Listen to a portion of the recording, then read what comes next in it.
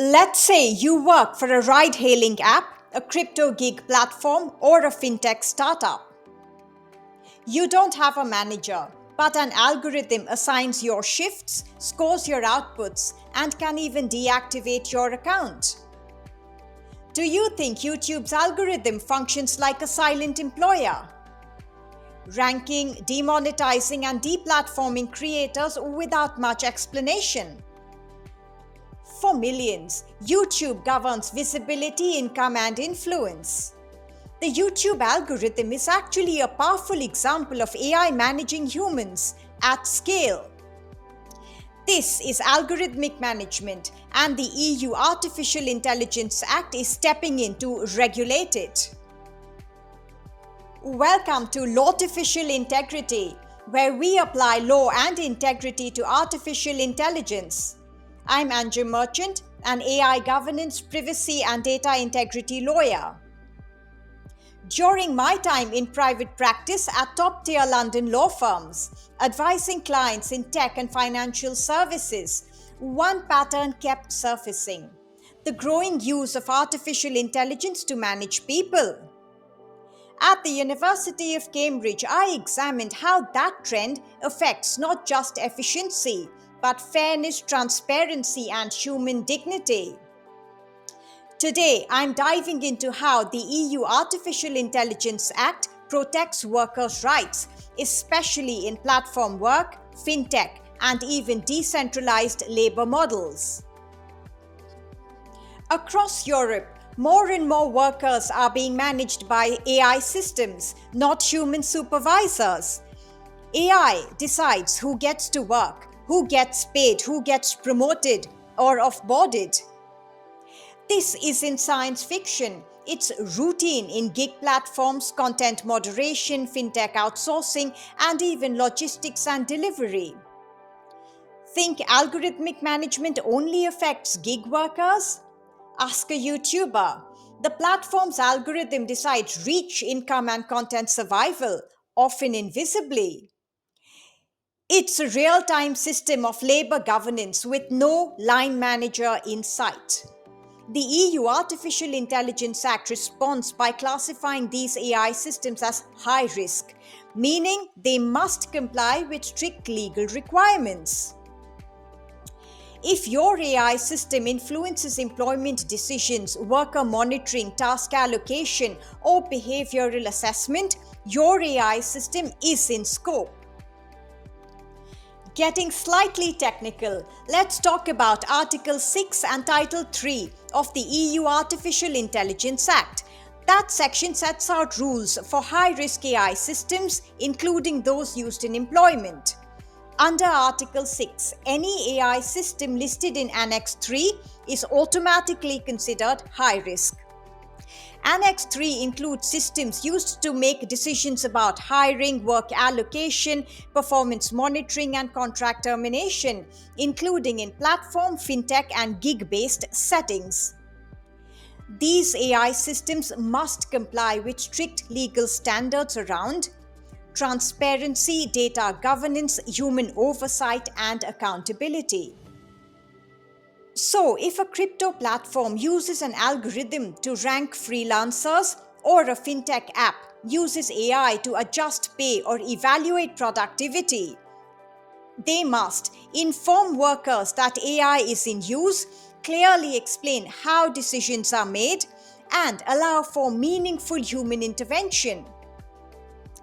This applies whether the work is full-time, gig-based, or decentralized. These aren't ethical suggestions, they are legally enforceable obligations under EU law, and failure to comply could lead to significant penalties and enforcement.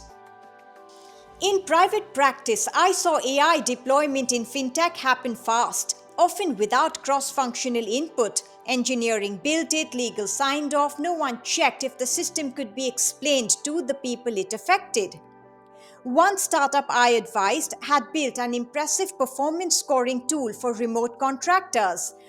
But after a few months, the tool started penalizing certain behaviors, like flexible login times, that weren't part of any formal policy.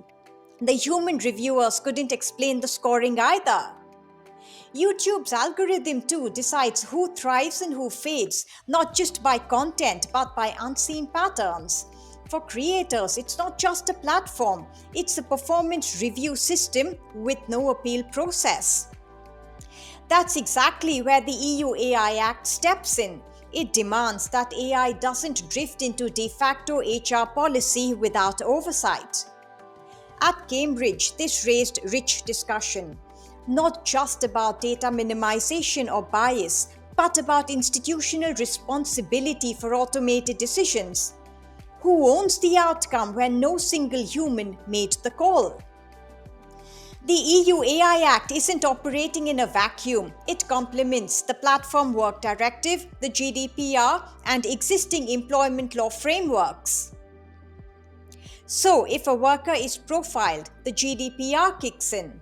If the AI system allocates jobs, the Platform Work Directive applies. And if it makes high-risk decisions, the AI Act enforces accountability. Even in newer sectors like crypto and decentralized labor platforms, this framework is critical. Where fintech and crypto platforms might decentralize or operate as decentralized autonomous organizations or DAOs, making decisions via AI logic. EU-based users or workers still trigger jurisdiction, and the EU will apply a function over form approach. This is key. The EU AI Act applies where the harm is felt, not where the code is hosted. The message is clear. Automation must not override accountability, and worker rights must remain enforceable, even in a decentralized digital-first future. As AI continues to shape the way people work, legal professionals will play a critical role in making sure human dignity isn't quietly surrendered to AI efficiency. Excellent. Thank you, Anjum. Now let's discuss the position of the European Union's Artificial Intelligence Act on the platform economy and platform workers.